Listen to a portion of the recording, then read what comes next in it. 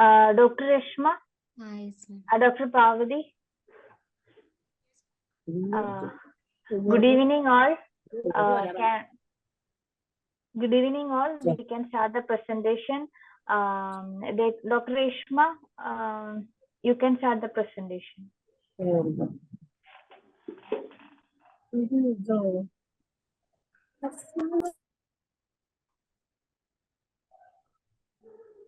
Presenting the case of a 17-year-old male presented to our OPD with complaints of defective vision in the left eye for 7 days and pain in the left eye for 5 days. Coming to the history of presenting complaint, apparently normal patient presented with complaints of blurring of vision in the left eye, which was sudden in onset and was gradually progressive for both near and distant vision for 1 week. It was associated with mild dull-aching pain in the left eye for 5 days. There was no history of any flashes, flutters, metamorphopsia or micropsia, no history of any redness or discharge, no history of photophobia, colored halos, no history of headache, nausea or vomiting, no history of any febrile illness in the recent past, no history of any skin lesions or hair problems, no history of tinnitus or hearing loss, no history of recent respiratory tract infection, no history of chronic cough, weight loss or loss of appetite, no history of chronic drug intake, no history of recurrent mouth ulcers, genital ulcers or urinary tract infection, no history of any joint pain or low backache, no history of sinus infection in the recent past, and no history of any altered bowel habits. Past ocular history, no history of any similar illness in the past. He is not using any spectacles, and no history of any lasers, injection, ocular surgeries or ocular trauma. Past medical history, he gave history of fracture right clavicle in 2022, and he underwent open reduction and internal fixation for the same. And 1 week back, he underwent clavicle implant removal for the same. And there was no history of any diabetes mellitus, hypertension, bronchial asthma, coronary artery disease or thyroid disorder. Personal history, he's taking mixed diet, sleep and appetite was normal bowel and bladder habits, and no history of any addictions or drug abuse. And he gave history of contact with pet animals. Family history, no history of similar complaints among family members, no history of TB, other autoimmune disorders among family members. Coming to the general examination, it was within normal limits and vitals were stable, and skin and hair, there was no abnormality, no rashes, alopecia or vitiligo.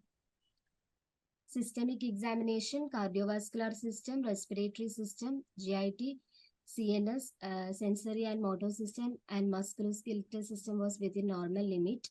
Cranial nerve examination was within normal limit. There was no focal neurological deficits, no signs of any meningeal irritation. Ocular examination, he was orthophoric in primary gaze, no head tilt, facial turn or chin elevation, no facial asymmetry, no ptosis, proptosis or nystagmus, versions, ductions and versions were normal. Visual acuity, his uncorrected visual acuity in the right eye was 6.6 and left eye was 6.12, which was improving to 6.6 with pinhole. Thus corrected visual acuity in both eye was 6.6 and 6. Dilated retinoscopy at 2/3 meters working distance, plus 1.5 diopter both in vertical and horizontal meridian in the right eye, and plus 2.5 diopter both in vertical and horizontal meridian in left eye.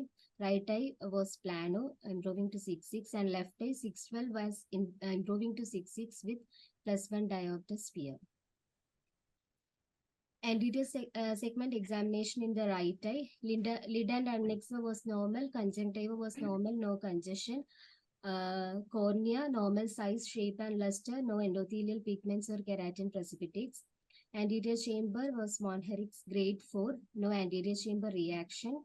Iris was normal color and pattern, no iris nodules. Sclera was normal, pupil, direct and consensual light reflex were normal. Lens was clear and his intraocular pressure was millimeters of mercury with Goldman applanation tonometry, and AVF was quiet. Left eye also, lid and adnexa conjunctiva were normal, cornea was normal, anterior chamber there was no AC reaction, iris and sclera was normal, pupil both direct and consensual light reflexes were normal, lens was clear and intraocular pressure was 12 millimeters of mercury and AVF was quiet. Fundus examination of the right eye, media clear, vertically oval disc of size 1.8 into 1.6 millimeter with well-defined margins and vertical CD ratio of 0.4 with pink neuroretinal rim, and it was healthy. Peripapillary atrophy noted temporarily, and origin of vessels were normal and with an AV ratio of 2:3. Foveal reflex was present, and multiple striations were seen in the posterior pole, suggestive of internal limiting membrane folds. And there was multiple elevated areas of retina noted in the nasal quadrant, superior quadrant, along the superior and inferior temporal arcades, suggestive of subretinal fluid pockets. Peripheral retina was within normal limits. Fundus examination of the left eye. Media was clear, vertically oval disc of size 1.8 into 1.6 millimeter with well-defined margin and vertical CD ratio of 0.4. Neuroretinal rim was pink and healthy, and peripapillary atrophy noted temporarily. Origin of vessels appears to be normal with an AV ratio of 2:3. Foveal reflex was dull, and multiple striations seen in the posterior pole, suggestive of internal limiting membrane folds. And there were multiple elevated areas of retina in the nasal quadrant, superior quadrant, and inferior temporal arcades, and one disc diameter nasal to the macula, suggestive of subretinal fluid pockets. Peripheral retina was within normal limit. Coming to the summary, 17-year-old male presented with complaints of sudden onset of blurring of vision in the left eye, associated with dull aching pain in the left eye for 5 days. His vision was 6:6 in the right eye and 6:12, improving to 6:6 in the left eye. Pupils were normally reacting to light, and anterior segment examination and IOP were normal. Dilated fundus examination showed multiple SRF pockets with internal limiting membrane folds in both eyes. Differential diagnosis, atypical CSCR, Vox-Koyanagi-Harada disease, and posterior scleritis. First slide. Can discuss from the history itself. Ma'am, can I go with the investigations? Can you hear me? Reshma? Ma'am, you are not.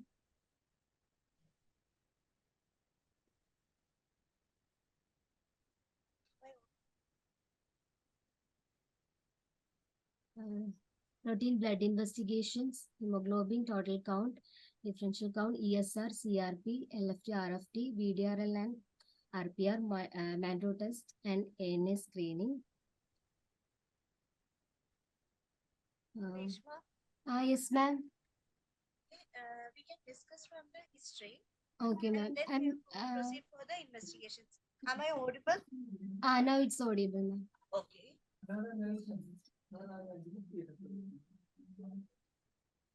So a normal patient presented with defective vision in the left eye. Yes, ma'am. Okay, and what about the? It was more for the near vision. Nearly, yes, ma'am. Both for near and distant. And distance, ma'am. Okay. And associated pain was there. Yes, so you asked some negative histories. What are the significance of these histories? Associated with flashes, floaters, it's sudden onset defective vision. So to rule out any retinal detachment. Okay, and floaters, anything else? Ma'am? Anything he's having pain and defective vision. And floaters, does it After any other etiology in uveitis vitritis and posterior uveitis, you will get floaters. Floaters. Okay. And metamorphosia and micropsia, if there is any CSCR, Okay. then redness discharge, any infection, redness for any uveitis, photophobia also, colored halos, headache, nausea, vomiting, to rule out glaucoma, any acute angle closure glaucoma. Then febrile illness, to rule out any TB or recent viral infections. Then skin lesions, hair problems associated with syphilis, leprosy, then VKH, tinnitus and hearing loss also associated with VKH. Recent respiratory tract infection, both TB, then vaginous granulomatosis, then chronic cough, weight loss and loss of appetite to rule out TB. Then chronic drug intake, any systemic disease or any history of steroid intake. Mouth ulcers, genital ulcers, urinary tract infection, Behçet's and Behçet's disease, then joint pain for rheumatoid arthritis, ankylosing spondylosis, then sinus infection, vaginous, altered bowel habits, any ulcerative colitis or Crohn's disease. And coming to the examination, the anterior segment examination was normal. Yes. And you go to multiple serous detachments of retina in both eyes. And one more thing, you told the near vision, no? He had effective vision for distance and near. Yes, and near vision was N6 in right eye. What about the left eye? The correction, it was N6, ma'am. N6. Okay. The refractive error improved with the positive power. So what does that signify? It is a hyperopic shift, ma'am. So any elevation. Elevation of the retinal elevation can result in a hyperopic shift. Okay, and so your differential diagnosis are? Atypical CSCR, Vox-Koyanagi-Harada disease, and posterior scleritis. And what are the points that support your DD of atypical CSR? What are the points for and against it? First of all, male patient, and there is sudden onset defective vision, no signs of any inflammation, and there were multiple SRF pockets in on a fundus examination, and there is a hyperopic shift also. Okay, but typical CSR, this multiple SRF pockets will be less. Less, and young patient, only 17 and years. The age of the patient is young, he's 17 years. Bilateral. And bilateral. All these are against CSCR. And what are the points in support of BKH? It is multiple SRF pockets, and then bilateral involvement. Okay. Then also he gave history of an implant removal 1 week back. So why is that history significant? Any cutaneous melanocyte exposure via the cutaneous route, and what about the third? What was your third diagnosis? It was posterior scleritis. Okay, what are the points that support posterior scleritis? He gave history of dull aching pain. Okay. And there was multiple SRF pockets, and young male, but there was no systemic association or no inflammation. And but the pain is not very severe, and your extraocular movements also. No, it was not painful, no. No. So posterior scleritis can be less likely. Yes. And pain is not very pronounced in this patient. He's having a mild dull aching. Yes. Okay, so how will you proceed further? You have 3 differential diagnoses. Yes. And what will be the investigations you will advise for this patient? First of all, to rule out atypical CSR and VKH, we did OCT. Okay. And what was the OCT finding? Can you? Yes, ma'am. Here is the OCT right eye line scan passing through the fovea. Reshma? Yes, ma'am. Yeah, before going for investigation, I would just tell you that there are few signs that you should look to differentiate this typical and atypical multifocal CSR and your VKH. Okay, one is you have to definitely look for the anterior vitreous cells. Okay, in VKH, most of the time you will find AVF cells. Even if it is very faint, it will be there. Okay, and AC cells usually it's like as we say, it is spillover. Sometimes you can see, and those are usually very fine. But if you carefully look, you will see. And the other thing is posterior vitreous cells. Okay, Yes, ma'am. so that you have to look. And the other one is the disc hyperemia. Yes, ma'am. Okay. So these are in favor when it is a very early VKH where you cannot differentiate between a multifocal CSR and a VKH. Okay. And the boggy appearance. In CSR, it is like a well-defined CSR pockets. Yes. Okay. Not like coalescent things which is coming up.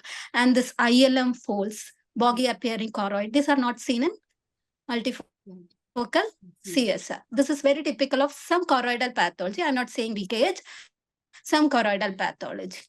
Choroidal thickening is happening. Early posterior uveitis, choroiditis, some infiltration. This choroidal, this ILM folds and bogey choroids can happen. And the other thing you told is like what posterior scleritis. What is very typical of a posterior scleritis? Choroidal folds. Ah, patient will have severe pain. That is one of the thing. Okay. And you touch patient have pain, severe tenderness. Okay. And tenderness and pain on ocular movement, severe hyperemia. Sometimes you can see a very congested disc and sometimes you can see a dilated veins also because of the congestion. Okay. So clinically, most of the time you will be able to differentiate. And this multifocal CSR is usually unilateral, not bilateral. And you said males, both can happen in males. Okay. Even CSR is common in males only. And you should ask for some typical things like prodromal symptoms of VKH that you told fever and you told there is no signs of meningeal irritation. What are the signs of meningeal irritation? There will be nausea, vomiting, neck stiffness, Mm. severe headache, Mm. projectile vomiting. These are not the signs of a meningeal irritation. Okay, these are the signs of neurological defects, some intracranial mass lesions. What are the signs of meningeal irritation? Typically described.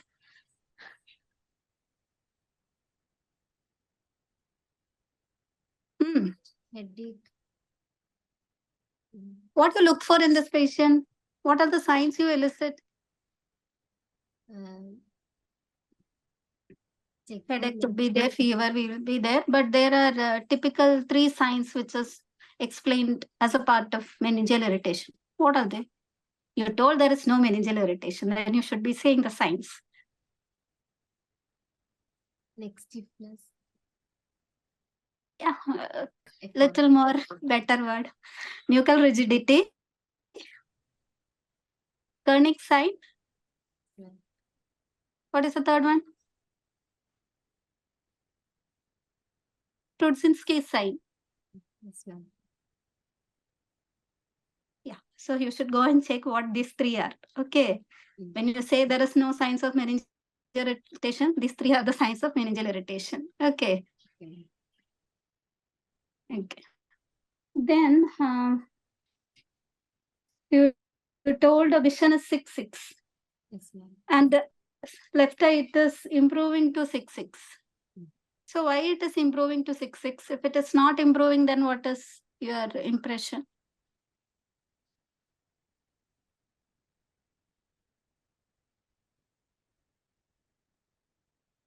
Regarding your DDs?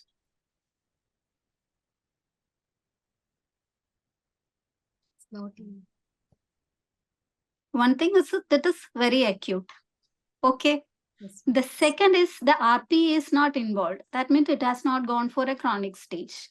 Okay. Even in CSR, when SRF is there, the vision, even though we say hyperopic shift, it never comes to 6 with improvement plus hyperemic shift.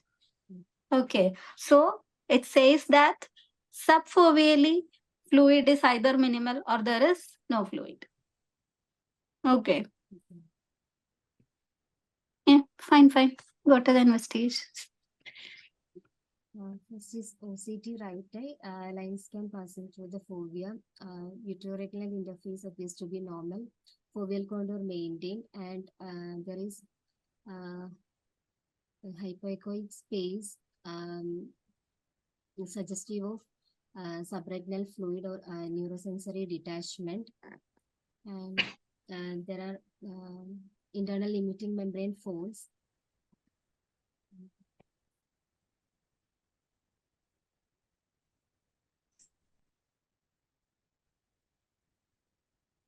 And OCT left eye line scan passing through fovea, showing hypoechoic areas between the RP and the neurosensory retina, suggestive of neurosensory detachment. And there were ILM folds and crowding of choriocapillaries towards the disc.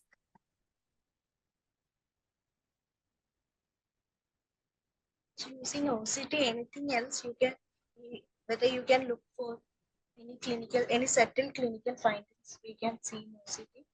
Apart from this fluid, there is fluid. Choriocapillaries, any thickening of the, Okay. and then Choroidal thickening. RP, irregularity Yes, of there is the any RP. Okay. Disc edema and cells in posterior vitreous veins also you can have to look for it. Then And you can see some posterior vitreous cells in the left eye. If you carefully see. About the disc towards this nasal side. Yeah, yes. Okay, so you should say take one through the disc also, where you can see more cells. okay. What's the next image? This fundus autofluorescence showing hypofluorescent areas at the site of subretinal fluid with surrounding hyperfluorescent areas in both eye.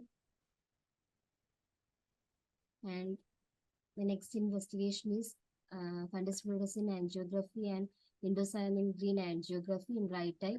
In early phase, we can see hypofluorescent dark dots in the left eye ICGA, right eye, and in late phase it was persisting in the late phase also. In left eye, FA showing some multiple pinpoint leakages, and also there were hypofluorescent dark dots in the ICGA in early phase, and it is leaking multiple pinpoint leakages in FFA and persistent hypofluorescent dark dots in ICGA. So what is your inference? Multiple pinpoint leakages in FFA is more suggestive of Leakage. what if it was a CSCR?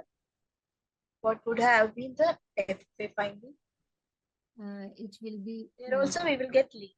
What is the leakages. difference? It will be in a pattern like smokestack or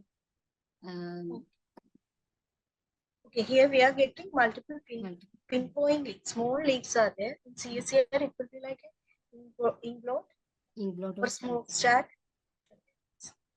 And in ICGA, what is the classical description for leakage? What do we expect? There can be hypofluorescent dark dots. And okay, what does hypofluorescence or hypocyanosis signify?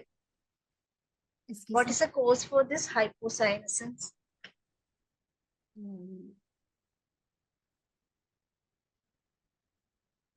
Sinuses. That is a choroidal inflammation. Choroid.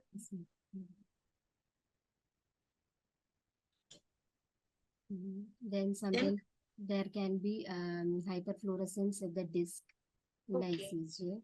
No, hyperfluorescence of the disc. Where will you get? You FFA. can see in FFA.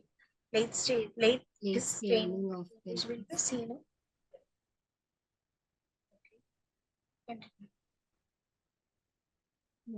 Can you show the right eye FFA? Right eye. What is the pinpoint leak? Left eye only there is. Left eye only pinpoint. Left eye. SRF was there in the right eye also, right? Yes, ma'am. And what is the typical appearance, FFA appearance of a wickage? What is it called? What's its name? Placoid hyperfluorescence.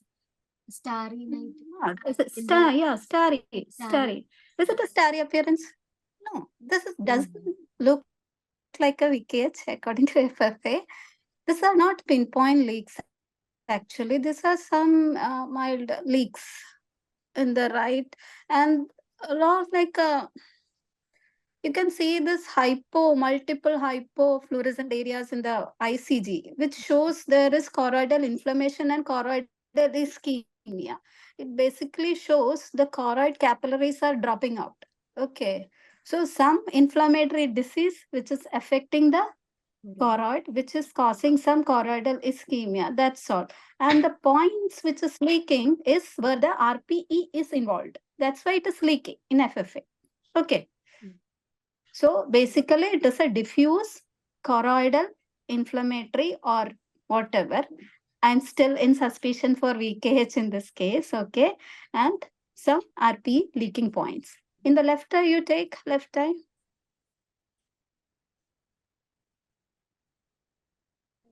Left eye also. This is not a typical VKH or starry sky or whatever it is. Because in VKH, no, you will see multiple point leaks. Okay. I don't know whether it is a very early phase, but it doesn't look like. These are point leaks only. But I'm not saying it is CSR because the ICG is in favor of some choriocapillaropathy. Okay. Yes, Okay, we will go with further investigation. We scan right eye horizontal axial scan showing mild choroidal thickening.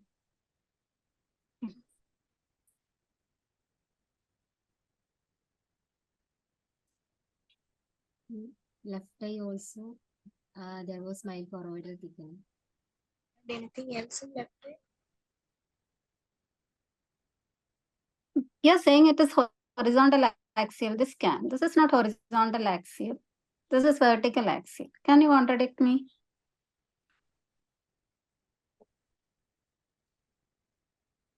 Teshma.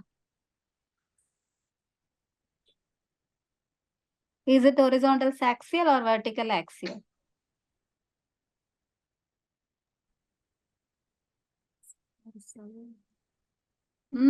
Teshma? What scan is this?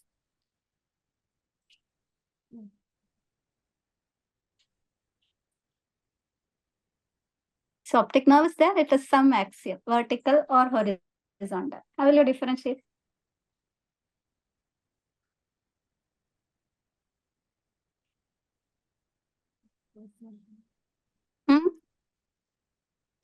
Where is the optic nerve head shadow in vertical horizontal axial and vertical axial and a horizontal axial? The position of the ONH shadow tells you what scan is it is.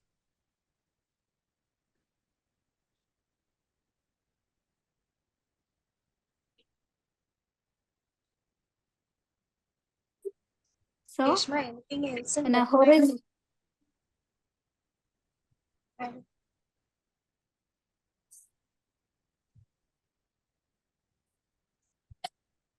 Ma'am, Hmm.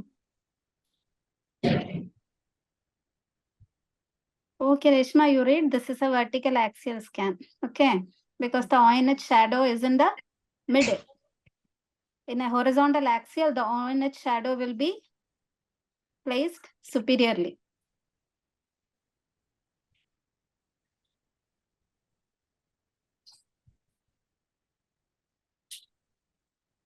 So, Regina madam, optic nerve, yes, is there any elevation in the optic nerve left eye? yeah, Okay. it is showing. Yeah, it is showing some thickening. Basically, the edematous disc, no, the surface can show a hyperreflectivity. Or the peripapillary area, if it is not the perfect axis is not clear, no, if it slightly the waves pass through the edges of the optic nerve, sometimes it can show like this, that the edematous retina will give a hyperreflectivity.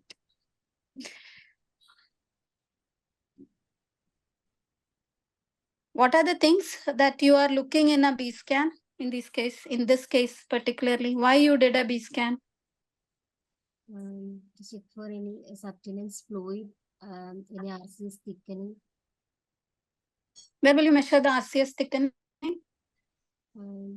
between the retinal spike and the highest spike, scleral spike. What is RCS? Retina choroidal scleral. Sclera also came, retinal choroidal. Okay. Then, so what is if the RCS is thickened? What does that show? There is some choroiditis or That you have seen in your okay, choroidal thickening is there. Okay. Then what is the next you are looking? any subtenance fluid. What does that show? Tell you subtenant fluid. It can be there in posterior scleritis. Okay. Fine.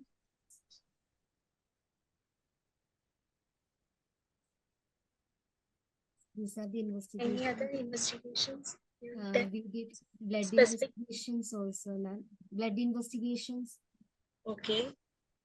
and they were all within normal limits. Manto, everything was normal. Normal. So your diagnosis from all this. Diagnosis is probable leakage, both the acute uveitic stage. Why do you say it is probable leakage?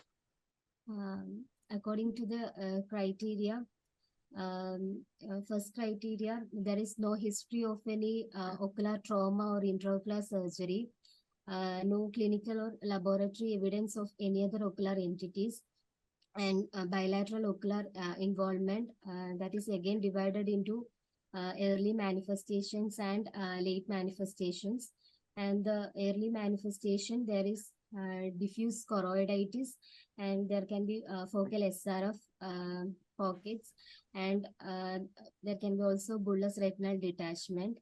And coming to the FFA findings, it is, and there was multiple pinpoint leakages, and there is late staining of the disc also. And in B scan also, there is choroidal thickening. So it satisfies the early manifestations, and so it can be probably weakish both.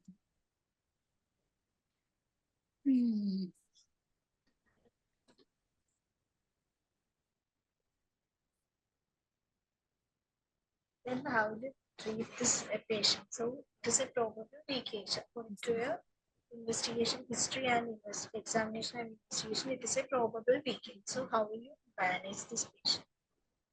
So treatment, What is the treatment?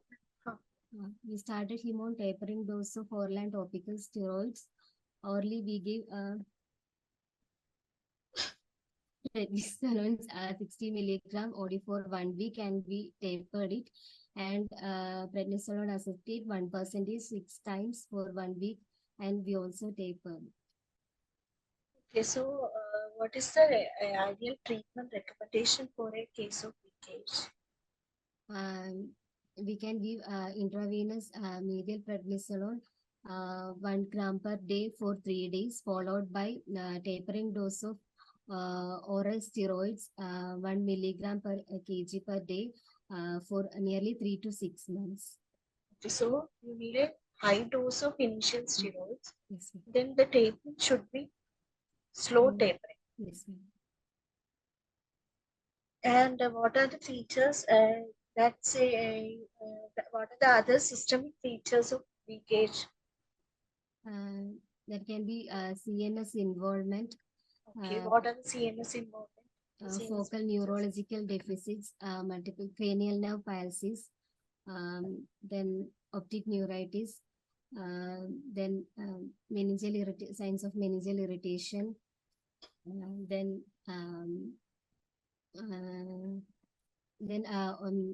related to ear, there can be tinnitus, dysaceusis, vertigo, and coming to the cutaneous integumentary findings like vitiligo, alopecia, and poliosis. So you'll be having neurological features, auditory features, and skin integumentary features. Yes. And what are the signs of a chronic leakage? So the patient had or some In chronic leakage, mainly the signs of depigmentation, depigmentation of the choroid, that is, there can be sunset glow fundus. what is sunset glow fundus? That is pale disc in a depigmented choroid. That is, choroid appears bright orange with a pale disc. And any other area of depigmentation? So, eye? there is limbal depigmentation. Okay. Depigmentation of the works of palisades of works is known as Sugiura sign. Then depigmentation of the trabecular meshwork of no sign. And you will be having vitiligo. Vitiligo, alopecia, and all these. And alopecia. Then what are the stages of leakage? This is the, what is this? This is the acute uveitic stage. Okay. There can be prodromal stage with fever, malaise, orbital pain, and for neurological manifestations, and tinnitus, vertigo, and all that. And next, the acute uveitic stage can be granulomatous panuveitis. There can be anterior chamber reaction, vitritis, and then SR of pockets, focal SR of pockets, and exudative retinal detachment with hyperemic disc or disc edema. These are the features of acute uveitic stage.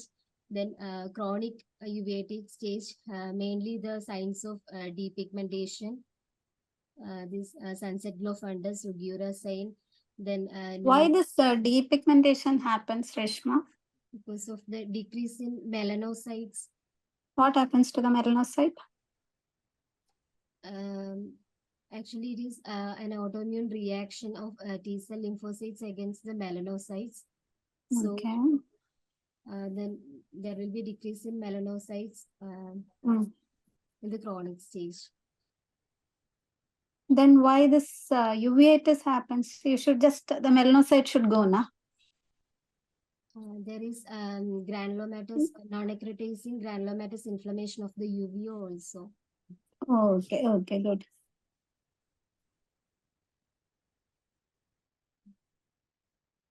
Then the chronic recurrent stage, there it mainly present as anterior uveitis.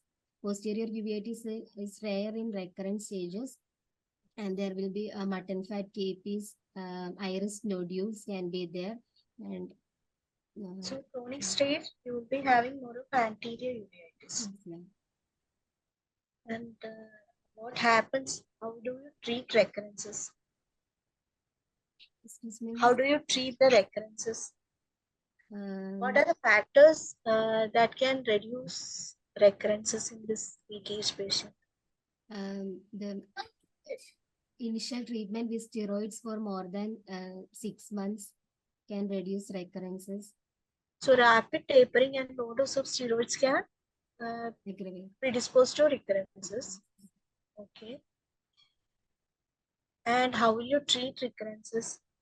We can give immunomodulators like cyclosporin, azathioprine. First recurrence itself, you will start this immunomodulators. We will give steroids only. Yeah, we can give steroids, but the risk of recurrence will be more, and response to steroids are reducing as they recur again and again. Which are the immunomodulators we can give? We can give azathioprine, cyclosporin, MMF. Which is the preferred one? Cyclosporin. Cyclosporin. Okay, what are the adverse effects of cyclosporins? Bone marrow suppression. Hepatotoxicity. Hepatotoxicity.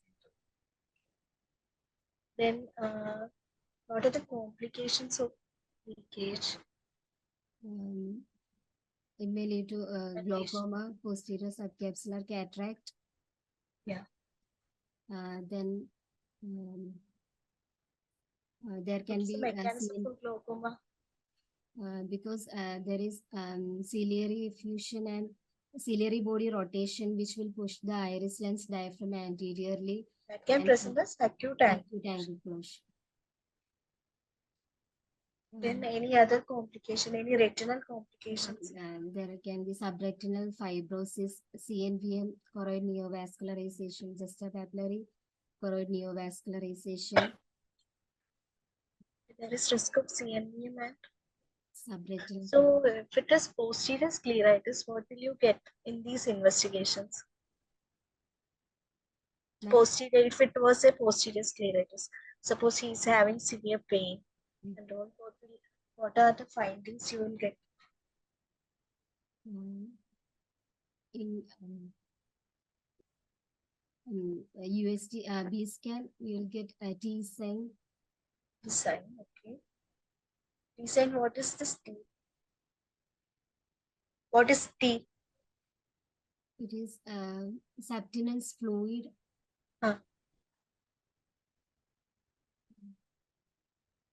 Why do we say it is a T in USGB scan? It is the optic nerve and optic nerve and the subtenance fluid.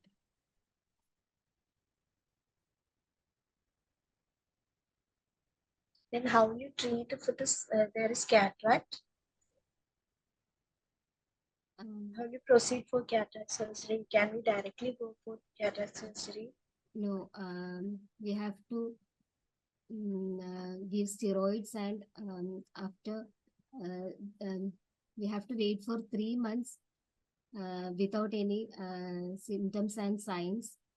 3 months of disease-free period. We can do that. Under steroid cover, we can do cataract surgery.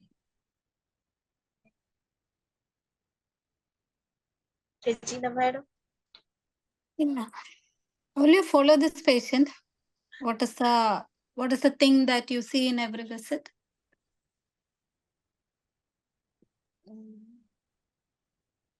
Ma'am? What are the things you see in every visit? How will you follow this patient? We will do Now OCT to look for the resolution. Don't start with OCT, Reshma.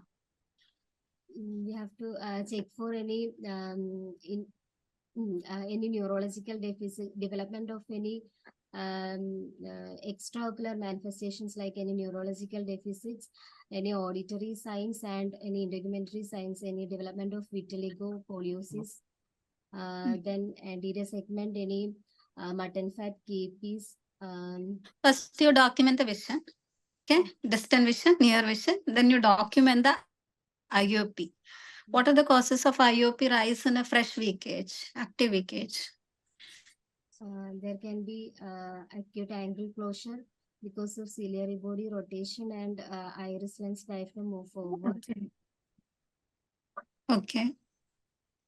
So acute rise can be due to direct trabeculitis, posterior sinus cave, or your anterior rotation of the ciliary body and the choroidal detachment. If happens, that can lead to. Okay. And chronic case, what is the cause for IOP rise in leakage?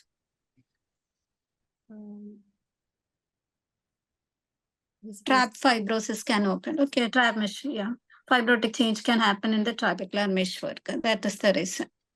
So every visit, IOP recording is a must.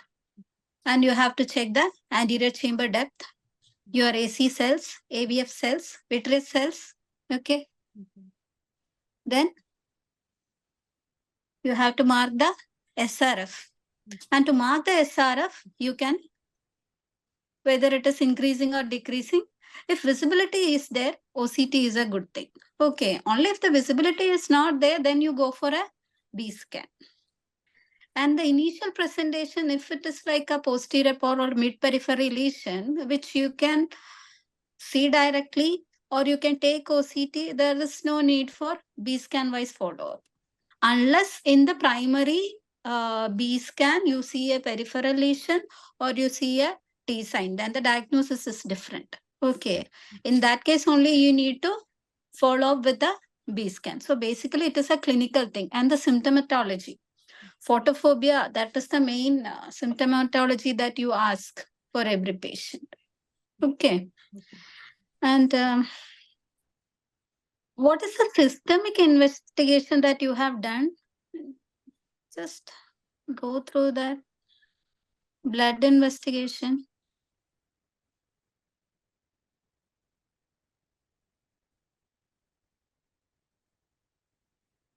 Did you do a peripheral smear? No. So one thing, no, the FFA wise, it doesn't look exactly like a leakage. Maybe sometimes when it progresses, you can get that pinpoint leaks, but the pinpoint leaks that is seen here is not very typical of a leakage. Okay, so you should suspect something else. And the peripheral smear is a very good examination where you should see for any lymphocytosis. Okay, and you should always ask for a neurological workup and an MRI. Okay, that is one thing. We have to rule out any choroidal lymphomas also in this case. And the choroidal lymphoma, sometimes the blood investigation can be normal. That time with MRI, you can have some suspicion and PET scan will also help a little bit. Okay. And regarding the treatment, you have given Vislon 60 mg.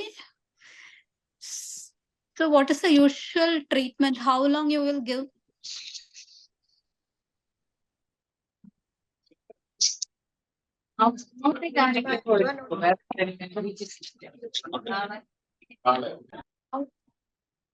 How long you will give the treatment?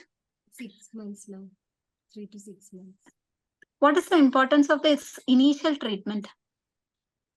If it is less than 6 months, there is chances of recurrence. So previously it was thought to be 6 months. Nowadays we usually give for a 1 year or a 2 year. Okay. So most of the time we start with a steroid, not on steroids. I am telling this 1 year. We start with the steroid, change into immunomodulatory. So usually minimum of 1 year is that immunologists usually prefer. Okay. And what is the most common symptom of a recurrence? Anterior uveitis. Anterior uveitis most of the time. Okay. So when anterior uveitis come, will you give Predfort or will you start steroids? Start or steroids now. Yeah, again you have to start with a high dose oral steroids, then taper down and maintain on immunomodulators. Okay.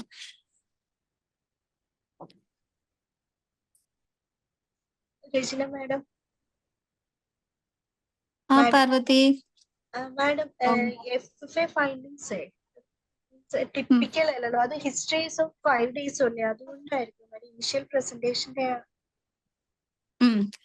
Very initial presentation can happen, but we have to follow this patient basically.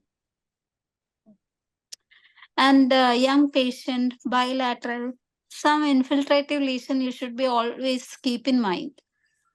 Okay, rather than once we give the steroids, no, most of the time this will respond.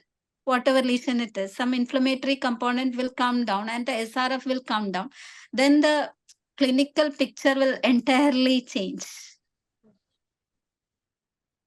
And that's why I told better to get a neuro opinion done.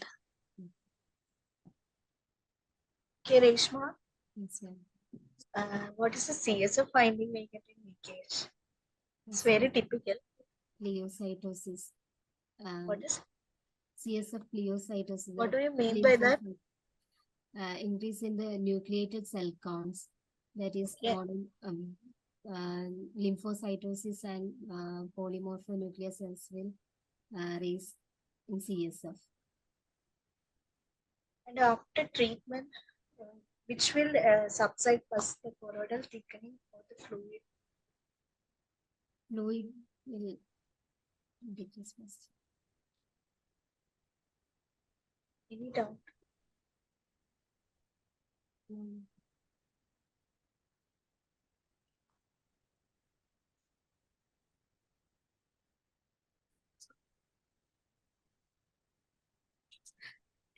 There is, I don't remember the exact name. There is one syndromic association which is associated with meningeal irritation, uveitis, which is usually seen in this sometimes in sarcoid and tuberculosis, basically due to granulomatous inflammation. I don't remember the exact name. So you have to think. Okay.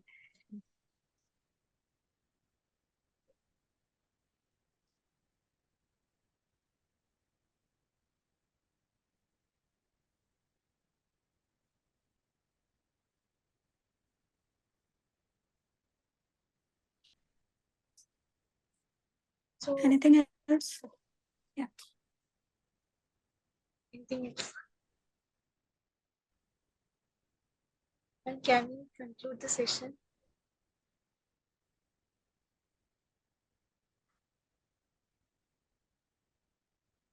Parvati, you can conclude.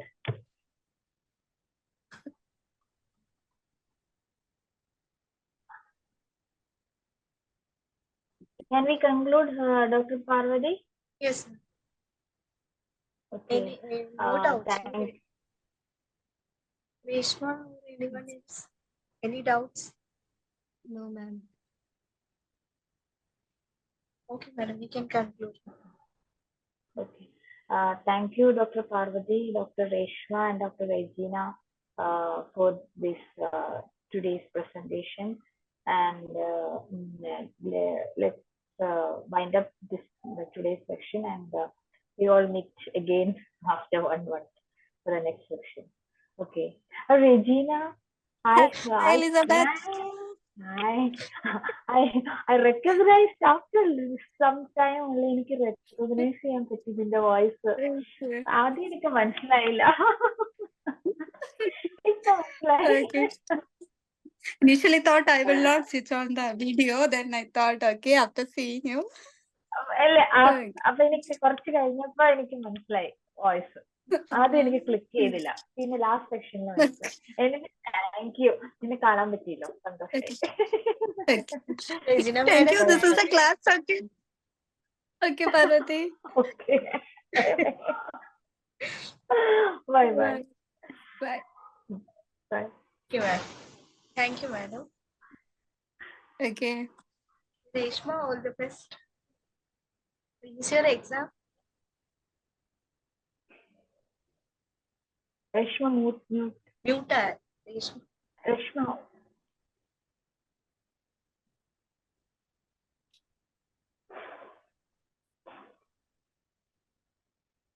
Reshma unmute ചെയ്തു.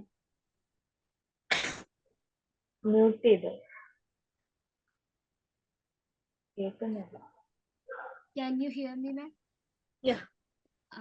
Theory is over, ma'am. Waiting for the results. Okay. All the best. Thank you.